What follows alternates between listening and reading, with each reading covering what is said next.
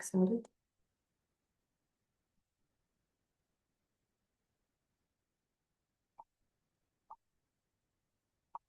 Apologies for the delay. Hi, everyone, and welcome. So glad that you are here today with us for today's webinar hosted by Max. And my name is Tracy Summer. I'm going to be helping to facilitate today's training.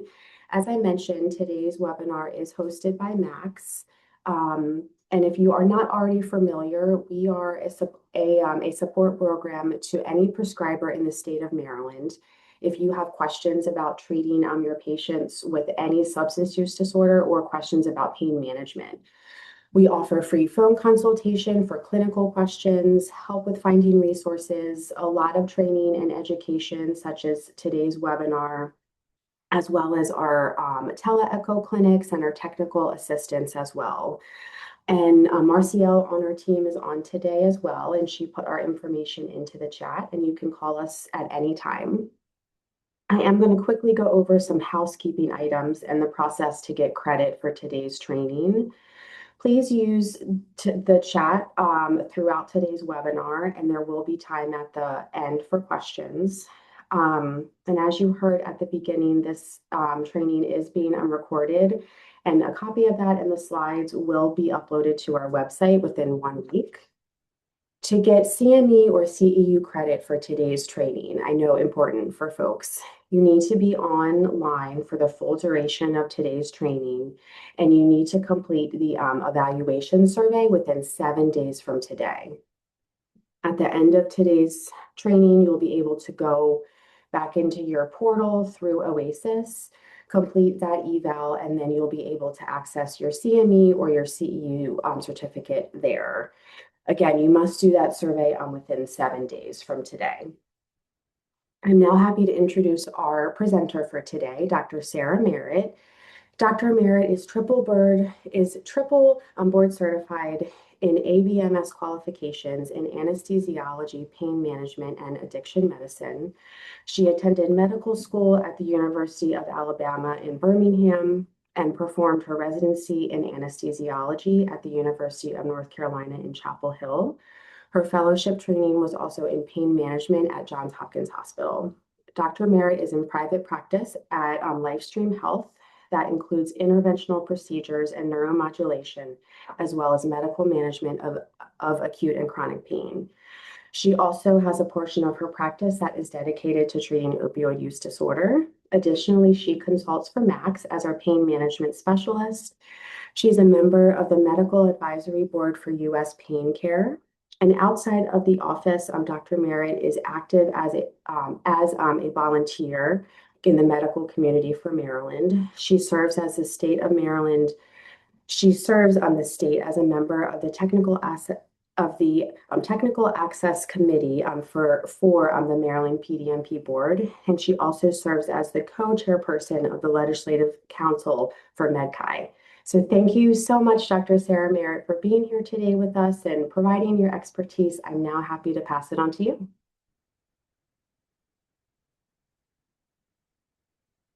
Dr. Merritt, you are still muted. That would be important.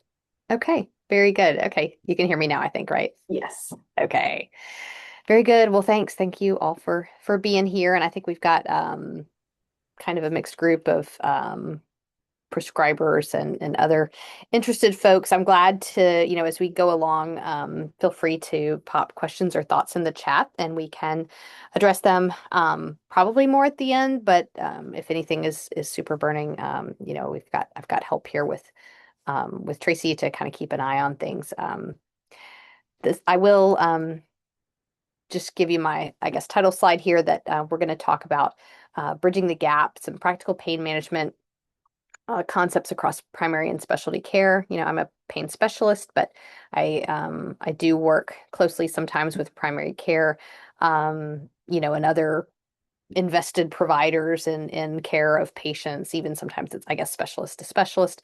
And really just maybe my concept here is, what can I give you with, what can I give you, what can I have you leave with? That might help you inform the care that you give for patients with significant chronic pain. So you heard Tracy's introduction, and I'm hoping for this to be sort of a practical guidance and opportunity for discussion maybe at the end. And I think this collaborative piece that I'm touching on here is super important. So this is my Max plug that hopefully if you're registered for this, you probably have heard of Max. That's the Maryland Addiction Consultation Service. We provides free services, including phone consultations for clinical questions, education and training opportunities, et cetera. Some of this is how to get in touch with us, and we're glad to help with your challenging questions with pain management or really any work that you're doing with patients taking controlled substances. So I've come to be passionate about pain management, and chronic pain is a big issue, and I've tried to elaborate a little bit on some of the reasons why. Why does it feel harder than ever? Maybe and it's because the volume of the problem is significant, and in surveys, 1 in 5 U.S. adults will say that they live with some amount of chronic pain. Um, Providers, prescribers have limited time, and there's a high complexity of comorbidities very often in some of these patients. Um, we've had reshaping of the prescribing culture, and for those of us, like for myself, I would say, I've been out of training more than 15 years, getting toward 20, and there have been changes through all that time. And then subsequent generations even, right, of doctors, maybe not doctors, nurse practitioners, all kinds of prescribers, newer in practice that have uh, been trained maybe only in a post CDC guideline world. The CDC guidelines for opioid prescribing that came out in 2016. How has that reshaped our prescribing culture? And I would argue that it has. There's some different interpretations of the guidelines, and so different prescribers will have it impact their prescribing differently, which is okay. But I think some of that can create some stage for difference of opinions. Um, and then on the patient level, the fact that pain, depression, substance use may frequently overlap, that might make these some of these individuals, some of the individuals with significant chronic pain, particularly challenging to treat and to get results as patients. And then this economic impact is just big. These numbers, like $500 billion, $500 billion, really is what that is a very big number in economic impact.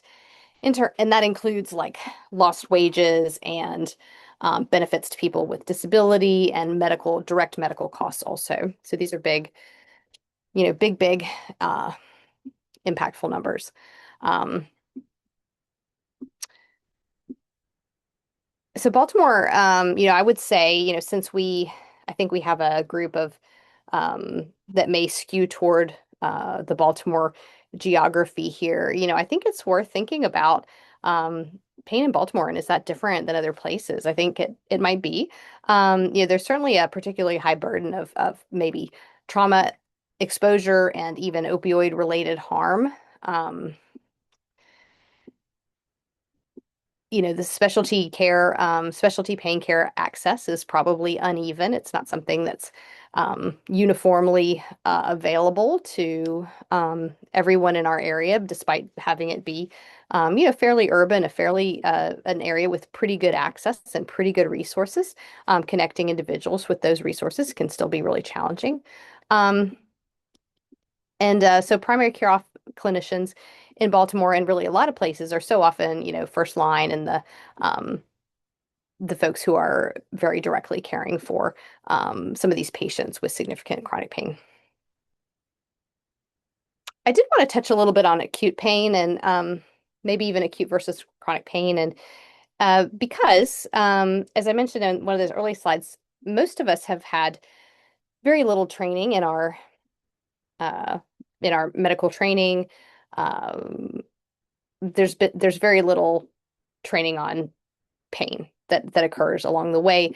It's really just kind of when I came through, a million years ago, um, there was not much. discussion of it. And then I can remember, one of my first days on the wards as an intern and being in the burn unit where people have significant chronic pain. And, what do the interns do? The interns do the scut work. And so the scut work at the time was paper prescriptions for, patients' discharge medications. And what is that?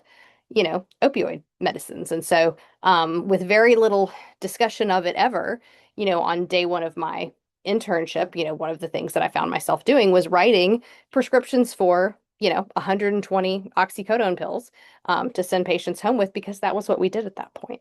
Um, and I think that can be appropriate in the setting of discharge of people with high levels of pain and that have been on chronic opioids. But I think some of that thinking that got us just treating pain in uh, kind of a routine, cut and dried way, is kind of rooted in maybe some misunderstanding of like acute pain versus chronic pain. And I think it's easy to think of acute pain as, whoops, I think it's easy to think of acute pain as just chronic pain, or excuse me, it's easy to think of the chronic pain as just acute pain that has lasted too long. But there's a little bit more than that. I think we've all experienced acute pain from time to time, and it's supposed to be protective. It's supposed to be instructive of us, what not to do, or don't touch the hot stove, don't bend your arm that way, things like that. It's supposed to be instructive, and it's supposed to resolve as tissue heals. Chronic pain, often persists after tissue healing. And it really involves some nervous system changes. And in that way, it's really a fundamentally different clinical problem than acute pain. Um, with acute pain, the goal is resolution. And with patients with chronic pain, the patient's goal may be resolution. But very often, like the more realistic goal, the goal that we can actually help them reach, might be improving their function and quality of life. And I think that's a real shift. Um, if we can find ways to communicate that, I think that has been very effective when I've been able to work with patients to help them come to understand some of that difference. So, early and adequate treatment of acute pain can reduce the risk of chronic pain. And we've seen that in studies of post-op pain. I think it's important for patients to feel, it is important for patients to feel heard and to have treatment of acute pain, and matching treatment to severity. The treatment of every pain problem does not need to be opioids. But there are times that those are appropriate. Probably, multimodal strategies should be the cornerstone of treatment. And what do I mean by that? So, multimodal meaning maybe different modalities, including different types of medication. So, medications being one of those modalities, but others also including things like ice, heat, rest for acute pain management. And then opioids potentially as part of a plan at times when needed. Um, Whenever opioids are prescribed, we should also think about having an exit strategy, again, even for acute pain management. So here's a question to maybe stop and think. When patients have common outpatient procedures, things like a soft tissue surgery or a fracture repair, how many tablets do you think the average patient actually uses? And that's something that has been studied now, finally, in recent years, post the 2016 CDC guidelines. And I think we've had some assumptions that, like I said, as an intern, it was like, well, write them 120 tablets when they walk out the door because we don't want to talk to them for at least 2 weeks. Now, we have some data that suggests that for certain injuries, we have some guidance of what are typical, average numbers of pills that a patient might use for specific indications. So for a soft tissue injury, like a sprain, maybe up to 5 tablets or 2 days, fractures, maybe up to 13 tablets, 4 to 5 days. I've got some references at the end of the presentation here. And frankly, overall, the findings in a couple of studies that have looked at this analytically didn't have indeed found that most patients use far fewer um, than physicians have been historically prescribing. I think that we're moving in a better direction in regards to this because of these data and that we're a little more better informed. But those older prescribing patterns would often result in big numbers of unused pills, which then would be things that could be, used inappropriately. Um, so we think that right-sizing prescriptions um, is going to reduce diversion and overall misuse risk. And as stewards of opioid medication as prescribers, that's important. I think it's worth revisiting, when opioids are appropriate for acute pain. Um, Major surgery, severe trauma, fractures and compound fractures, various injuries with significant tissue damage. Um, Immediate release formulations are really the place to start. There was a time there was a pharma company telling us differently. Um, but at this point, I think we know that probably the lowest dose for the shortest effective duration is the most preferred and presents the least risk to the patient.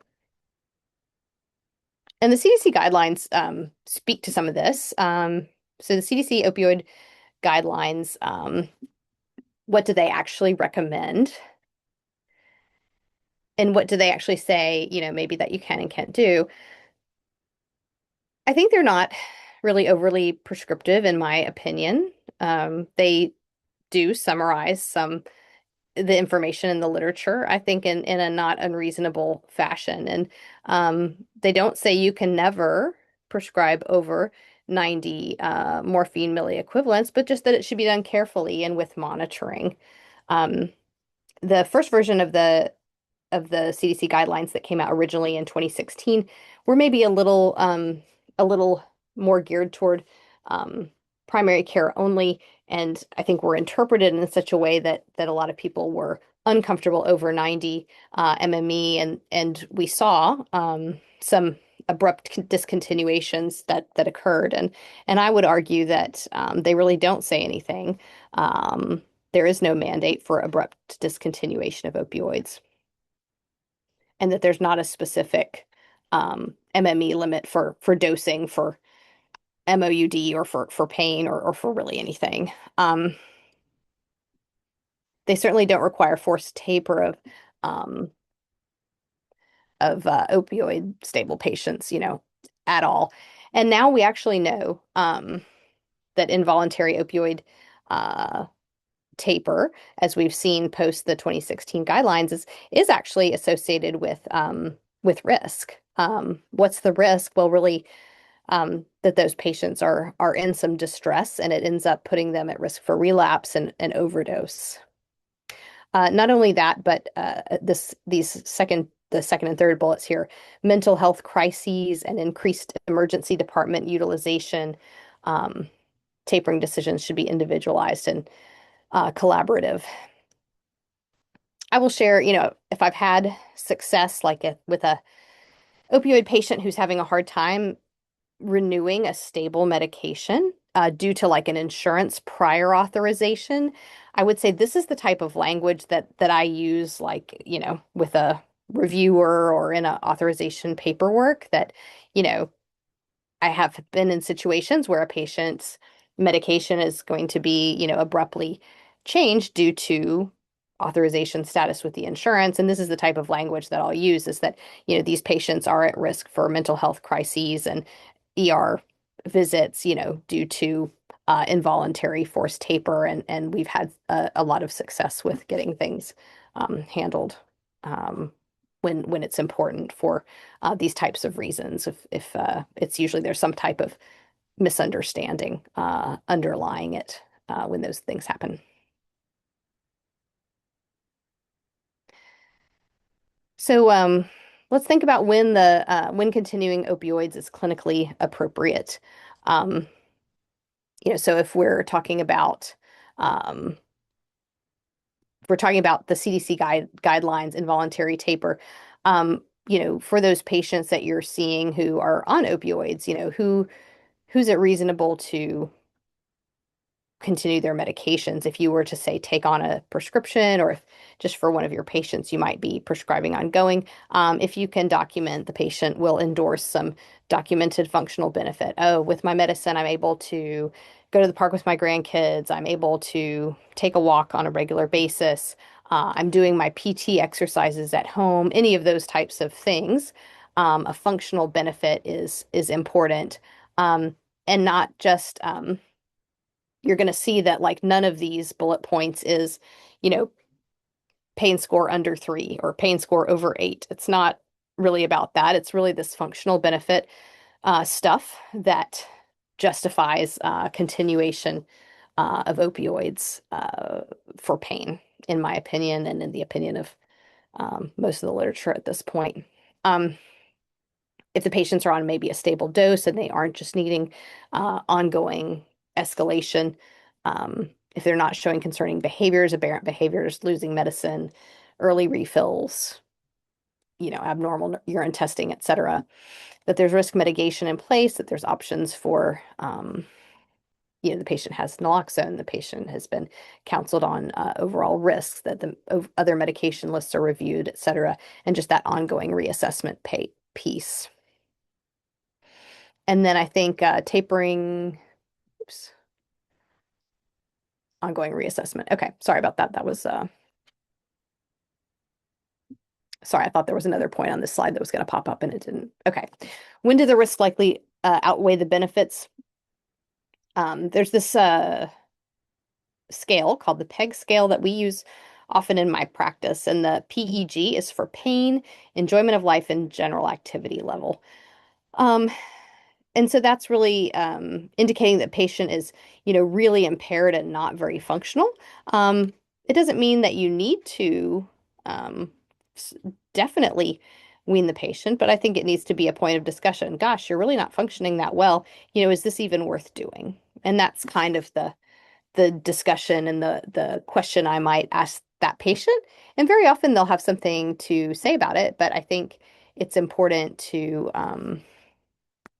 I think it's important to have those conversations and that um, recognition that like, hey, you don't seem like you're really thriving here. Is this worth doing? And sometimes that can help you dig in and find a functional gain that's there or not. Um, if there are high risk for overdose factors present, if there's central pain, which really isn't treated very well with opioids, there's something called opioid-induced hyperalgesia that's really difficult to prove and maybe more of a experimental concept than something that we see in real life. But I think with these patients who are maybe doing really poorly, I will tend to at least bring it up as a concept. Hey, some people think there's this concept where you feel worse on higher doses of opioids. I'm concerned this could be one of the things that's going on with you. What do you think? Um, and that can be a good way to open a discussion. Okay. Um, so I think we talked a little bit about acute pain to start with, right? And the difference between acute pain and chronic pain. These are kind of different animals. But I wanted to include a slide here, and this is probably a lot of the consultations that I do as a Max consultant, when people will call and end up wanting to talk to me, is these difficult situations of people on opioids who have acute pain or a worsening episode. Like maybe they were sort of okay on their baseline, and then something changes, or they have a medical event or procedure, and then things have changed a lot. And why is this difficult? I think um, is worth discussing.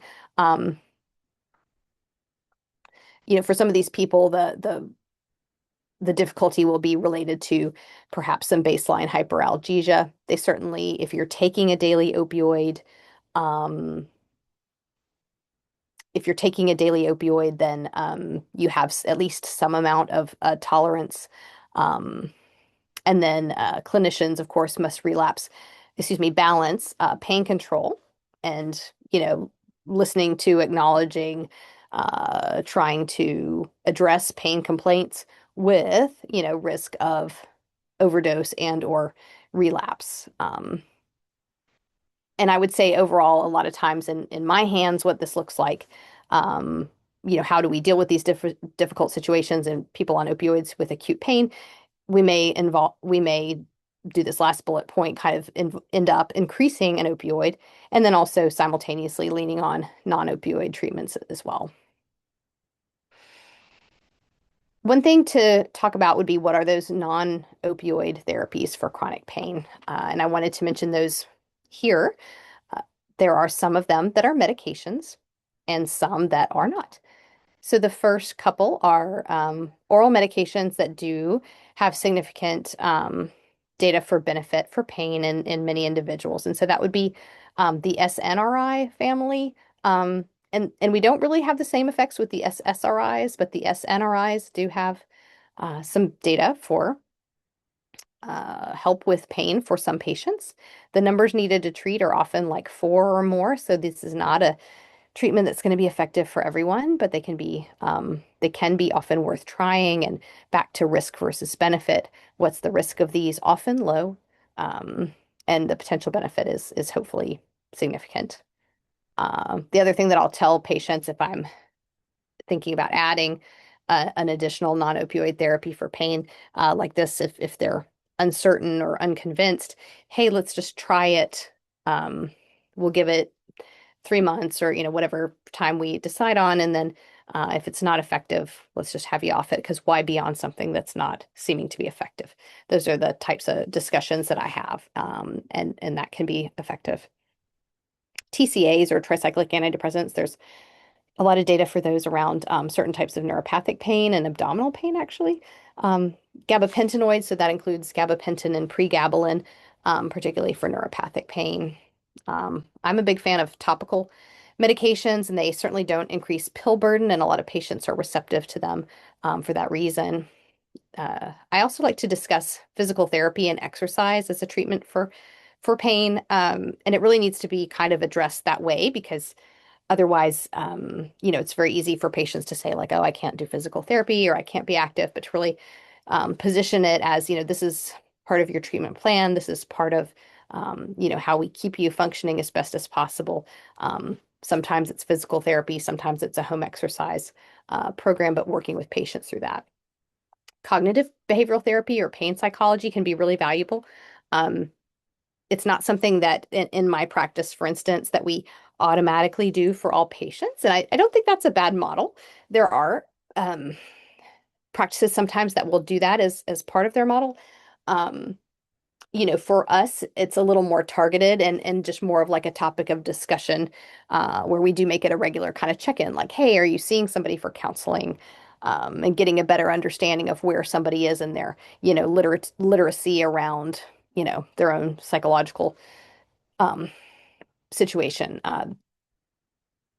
Sometimes that can be a very useful discussion to uh, get patients to think about speaking with someone. I would say the other way that I can share that I position that is, you know, hey, you've got a difficult situation. Everybody needs somebody to talk to outside of their house at times to deal with that.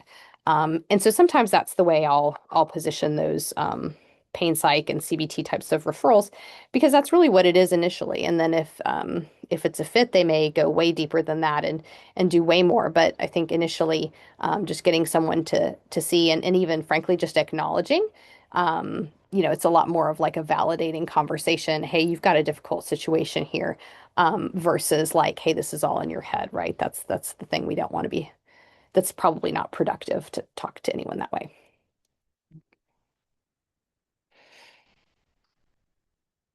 Uh, I also want to discuss buprenorphine for pain, and we've got a couple of slides on this.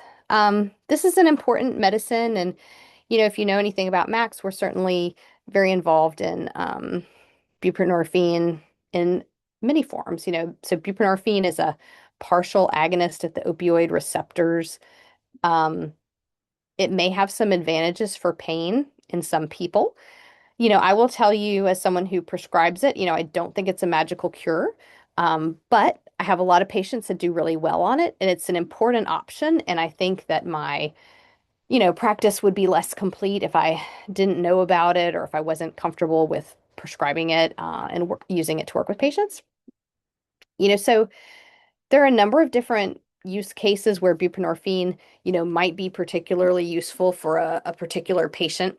One would be kind of maybe the obvious, a person with chronic pain and opioid use disorder. For someone who has like an active opioid use disorder, we probably don't want to prescribe them a C2. Um, it probably does make sense to have them on, just buprenorphine. And certainly, methadone or an OTP would be an option, but um, for someone with chronic pain and in even just a historical opioid use disorder, they may feel better on a medication like buprenorphine. Um, One of the reasons, for that, I would say, one way to think about that is that the buprenorphine really produces like a more stable opioid signal at the receptor, right? So the opioid, and I think this might actually be in my next slide, but that opioid, here we are, the opioid receptor, the buprenorphine has very high affinity for it, meaning that like when it sticks on there, it really sticks on and stays stuck. And so that is that steady opioid signal. It's like a lower level signal. It's not like the highest, most signally signal that you could do.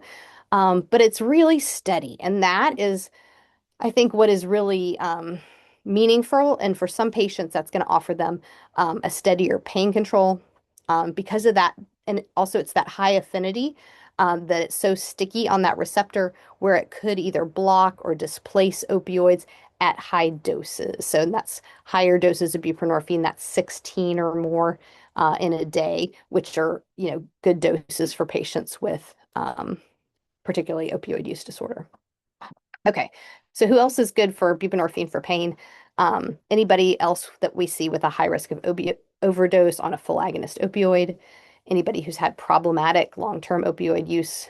Um, Anybody who we're suspected might have opioid-induced hyperalgesia. Um, and I would make sure that we talk about this last bullet that partial agonism does not mean partial pain relief, that partial agonism just means it's turning that dimmer switch on. It's very sticky on the dimmer switch. The dimmer switch doesn't go all the way up. The dimmer switch just goes part the way up, but it really stays at that level. And it doesn't necessarily equate to partial pain relief on the patient side is really what we see. And I think, yeah, I've covered all of these except for maybe, yeah, ceiling effect for respiratory depression, but not necessarily for analgesia. Um, so again, I just wanted to come back and move toward wrapping some things up about chronic pain. So we've talked about acute versus chronic pain. We've talked about it's fundamentally different from just acute pain, and that it's closely associated with mood disorders. It's been closely associated with trauma exposure, and certainly is influenced also by social determinants of health. Um, we are seeing that integrated treatment models um, improve outcome. When is specialty care indicated? When should a patient see, pain specialist? Well, I'd say I like this last bullet. If you feel clinically stuck, that would be a good indication. If you have a patient with significant psychiatric comorbidity that might benefit from specialty care on the pain side, escalating dose without escalating function, I think is really, really a big one. So I've got a little case for us. This is maybe a common pattern in chronic pain, and this is maybe to just kind of illustrate when biology and stress and experience interact. So many of us have seen these types of patients where maybe the original injury could have been relatively modest, but over time, the patient's immune system may even become more sensitive.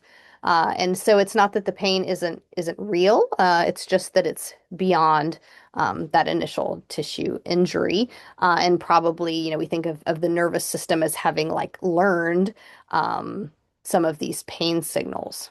Um, so here, yeah, the pain is real, but the nervous system has become sensitized. So this patient with a MRI that um, isn't particularly illustrating any change that would explain low back pain. It's been worse related to some psychosocial stressors.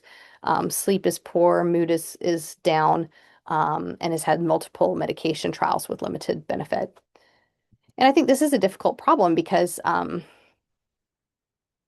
there's probably no one solution, right? I think um, chronic pain treatment really works best when we can address nervous system, mental health, and social context. And so, um, the way that I'll sometimes explain this type of chronic pain situation to the patient might be something like this. Pain is produced by the brain, but it doesn't mean that it's necessarily imagined. It means really that the nervous system is involved, but that nervous system is influenced by injury, stress, mood, sleep, prior experiences. Um, and so this is where, again, like the validation I think is important. Pain is always real, but your nervous system may have become, overly sensitized. Um, I think the positive that, if I can give the patient a positive on these discussions too, is like, okay, so there's no one, like with this patient, like, okay, there's no one thing on your MRI that necessarily explains this problem. It, in some respects, it means there's more treatments, right? That addressing your sleep may help, addressing your mood may help, and I think maybe it's challenging for the patient because it's less of a guarantee.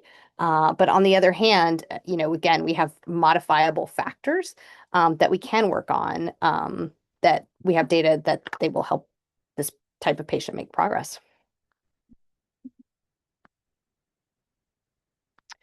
So again, we talked briefly about how or I mentioned earlier that the nervous system does kind of learn pain. And this is just to kind of re-summarize that. So that's that process called central sensitization, that repeated injury or stress can sensitize certain pain pathways.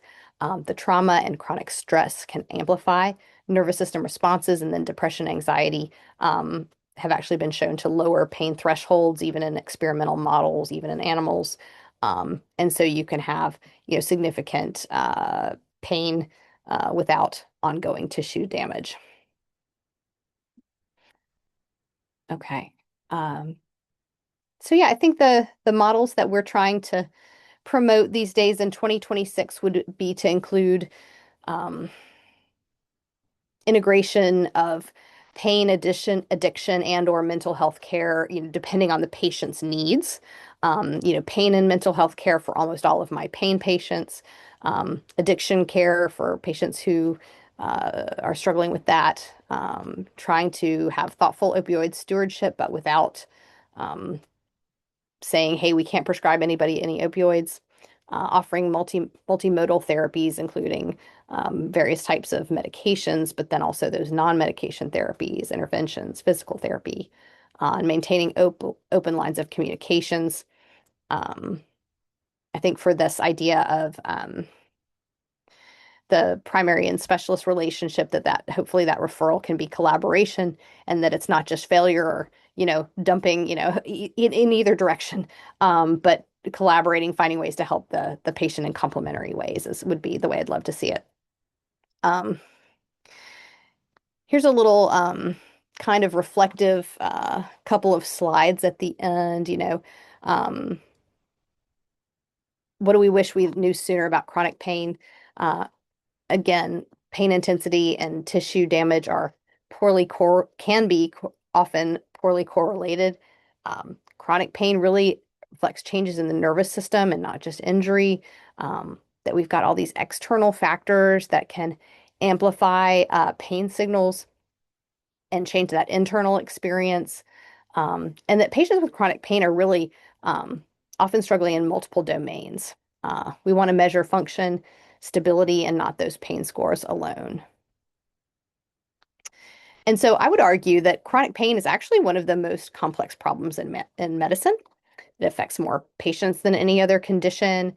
It sits at the intersection of biology, psychology, and social context, overlaps with mental health, substance use. And there's really no single clinician that can address it all alone. Okay. Um, so I would say thank you for the work that you do and that you're already doing with these patients. And I'm happy to take questions or talk about um, cases or challenges.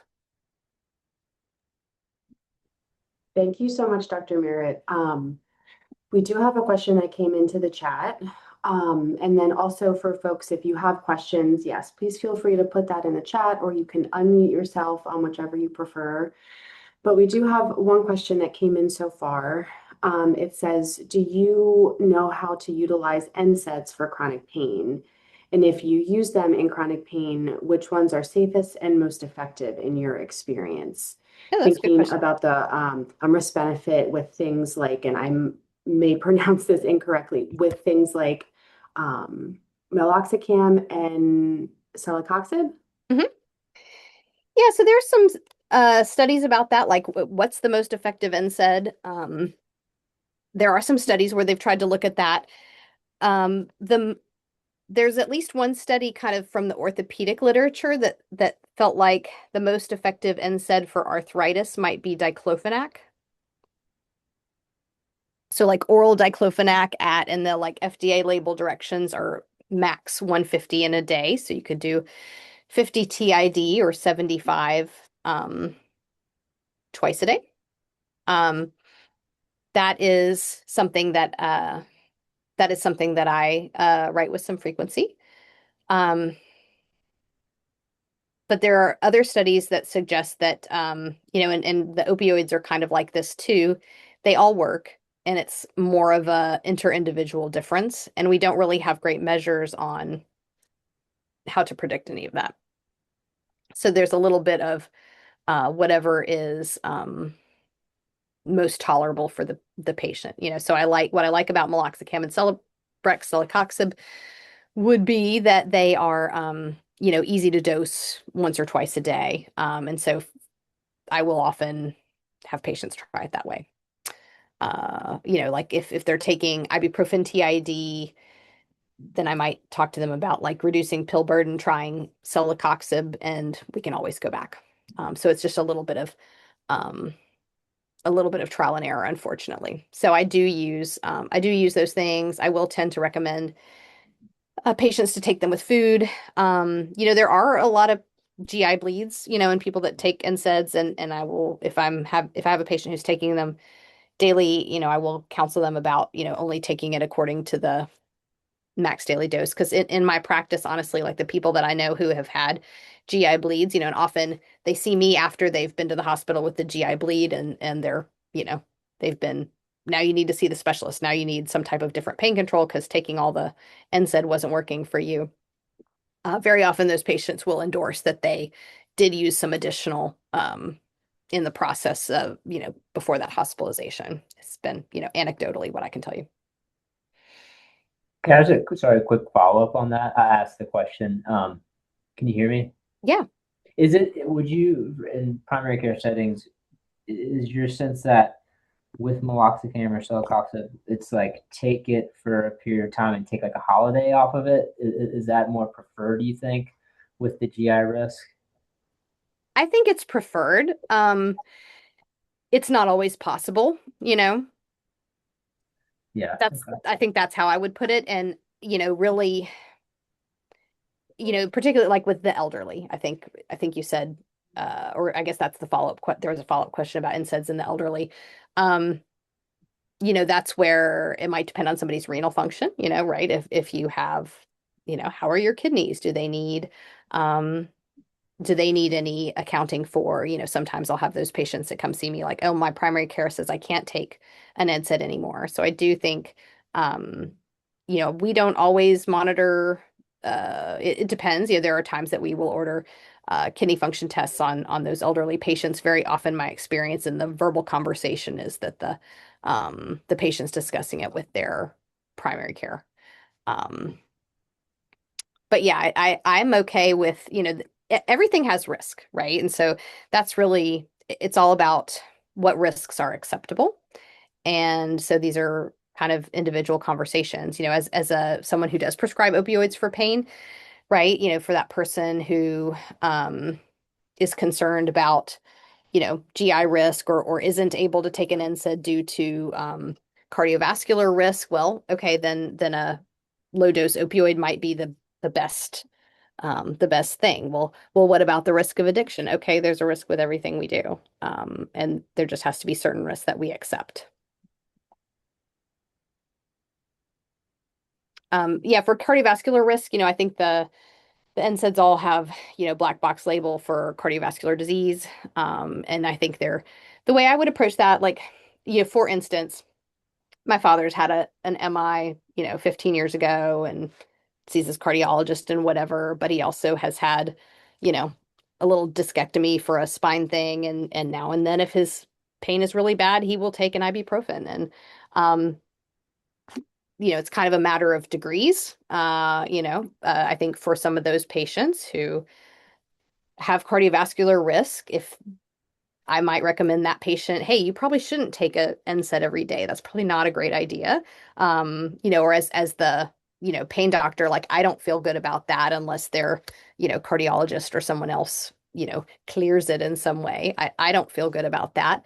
But I do think, again, because there are risks to everything we do. Could you take one every now and then on a really bad day? I think that's often within reason. Um, but that's kind of like a nuanced conversation to have with that patient.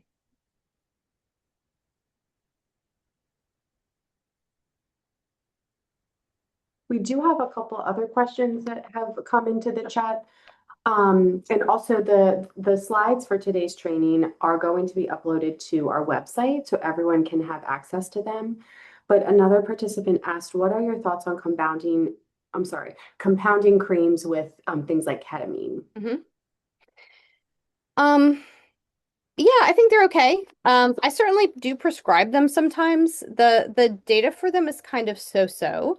Um, I have patients that will request them. I mean, I think the challenge, 10, 15 years ago, insurances were paying a lot of money for these compounding creams. If it had like 10 ingredients, they were paying the pharmacy for every ingredient, and they were very lucrative. And so like they were popular.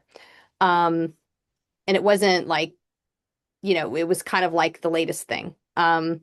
They still exist and there are patients that benefit. These days, not most of the insurances don't really cover it. But I do have patients who either, are sensitive to oral medicines and want to avoid that, patients who are willing to pay out of pocket. I think it's totally reasonable. In my practice, yeah, I actually write a 10% ketamine cream for CRPS, for complex regional pain syndrome, and for neuropathic pain that is effective, and there is some specific data on that. Um, I do think that's totally fine. The blood levels and you know, in my experience, that is not really something that tends to make people feel altered, and has a low risk. But I have seen the ketamine compounded cream show up with ketamine on a urine test if you have a pretty sensitive urine test at the right time. I have heard of benfotiamine. I think, is that a medical food? It's like a medical food or a supplement. I have heard of that. I don't know much about it.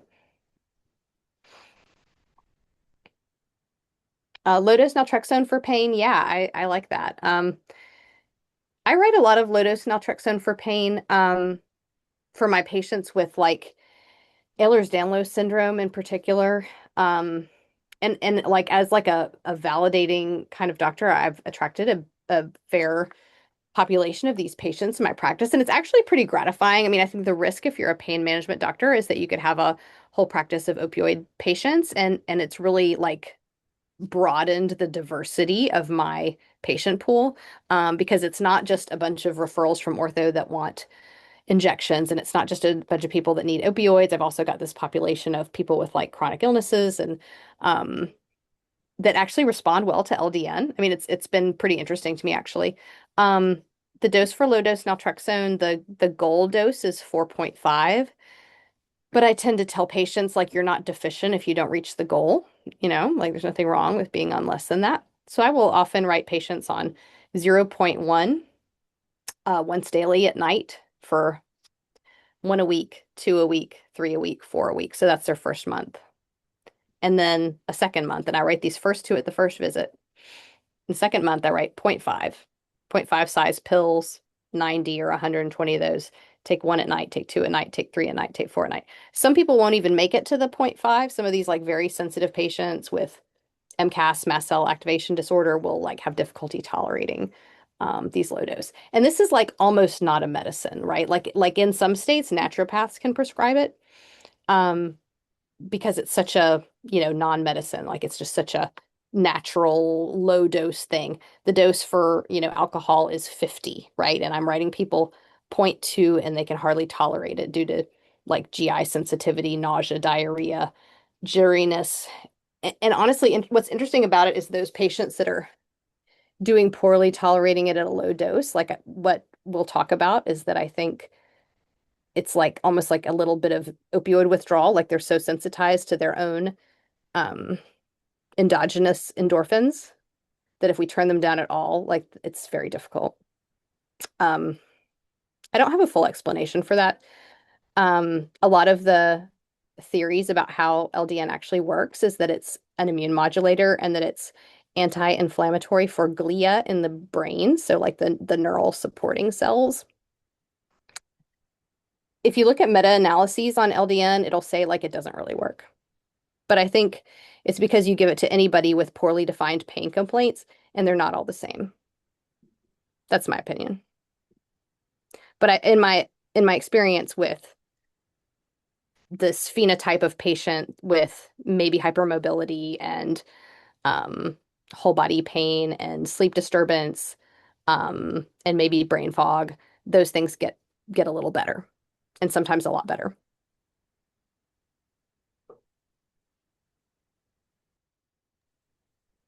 And Thank it's you, Dr. Merritt. sure. I'm And it's sorry, so go safe. ahead. Like I'll have people with like lumbar radiculopathy that want to try it. Sure, we'll write it. I think it's, like such a low risk thing. Um, but where I see the dramatics are in these folks with whole body significant symptoms. Thank you. We do have another question. What is your opinion of tramadol either alone or as an adjunct? I sometimes use it as a prescription med, which patients feel is important rather than just over the counter or with or without Tylenol. Do you think it really provides adequate relief overall? Yeah, that's a good question. Yeah, there's some like meta-analyses and stuff that have come out about tramadol, and um, I think the trouble is, you look at all comers, and maybe tramadol has complications and side effects, and not everybody thinks that it works, right? And so if you looked at like, is this a good medicine for everybody? Based on that, the answer is probably no. But is it a good medicine for the patient in front of you? If the patient says, hey, I think this is working and it helps, and I'm glad I have something that's not an ibuprofen and it's not a super strong opioid and I can take it when I want to and I don't feel like I'm addicted to it. Do you think this is okay, doctor? Well, that sounds okay to me. That's kind of how I feel about it. So I do think that like the overall, the big picture is problematic, but it's kind of like, it's already approved. It's already out there. It's not if I was the FDA looking at approving it for the first time, would they do it? Maybe not, but it's out there and it is approved and I do think it helps some people. I do like it. And I use it also sometimes even in like helping people step down from like a C2 opioid, like people that have been taking oxycodone or hydrocodone and they're wanting to wean, and just kind of an intermediate step to being off. We use it that way also.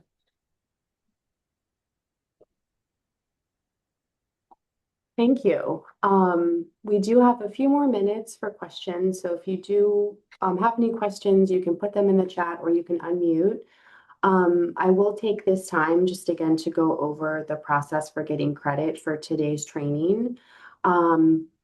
We now can put the link to the portal for Oasis into the chat, and you can click on that link. You need to log in to your page in your portal, and you'll be able to access your evaluation. So everyone who has been on for the full duration has been marked present. And like I said, you can go in, complete that survey. You do need to complete it within 7 days from today. So by the end of the day next Thursday, and then you'll be able to access your CME or your CEU certificate immediately after doing that survey. We also just really value, of course, your feedback. It really helps us improve our program and our training. So please take a minute to do that survey. And we still have a few minutes. If you have any questions, you can unmute or put it in the chat. Yeah, I'm I have a sorry. I'm question sorry. if that's okay. I'm sorry, Trey. Where's the website at in the chat? We Oh, I will see it in put the that portal. into the I chat. see it. I see it in the portal. Okay. Yeah, Nick Christian here. Nice to meet you, Sarah. Yeah. My question is, I'm curious to hear your approach when you have the right patient for opioid treatment, for the treatment of chronic pain. Mhm. Is your mindset thinking about buprenorphine prior to considering other short-acting agonists, or is your framework typically more start with short-acting full agonists, and if they fail that, then consider buprenorphine? Mhm. Yeah, that's a great question. I think I think it's difficult to have the buprenorphine conversation straight out of the gate. Um, I have had it, but I don't know that, I mean, if I'm honest, I don't know that I start there.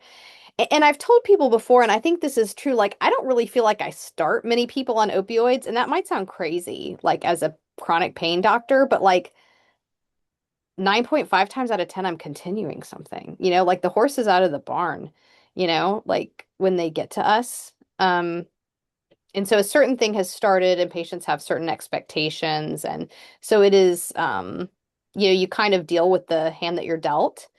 Um, and so, yeah, it depends. I would say like as a kind of twist on that also, sometimes for patients who are taking, if very often what I'm saying is like, hey, it's not uncommon for me to have a patient who is already on an opioid, and, particularly if it's a patient on maybe a low dose of a short-acting opioid and they're doing okay, but like kind of feel like their pain relief is suboptimal, those might be patients that I would sooner than later have that discussion potentially about buprenorphine. And particularly there are those on-label formulations, that's like the buprenorphine patch, or the wafer, that's the Belbuca, or Butrans, or the brand names that you might have heard of. But those are like the on-label formulations that are for pain. Um, those are that's a good place, a good use case for those medications. In my hands is kind of starting there, sooner than later, in maybe in those patients, and that there is data. The one company that manufactures the wafer has some data about like how if with education and titrating the wafer, help having people that like decrease their intake of the short acting meds, like basically to, you know, asking people to titrate to a pain end point and having them decrease their short acting, that there is some data that with the right conversations, I think that can happen. Awesome. Thank you. Very helpful. Mm-hmm. I think that the obstacle that I see, is that, if I'm going to talk to somebody about 2 milligram buprenorphine, tablet or film, then I'm going to need to have that whole discussion of like, it's for opioid dependence. Isn't that for addiction? And then I have to have that conversation, which is a lot.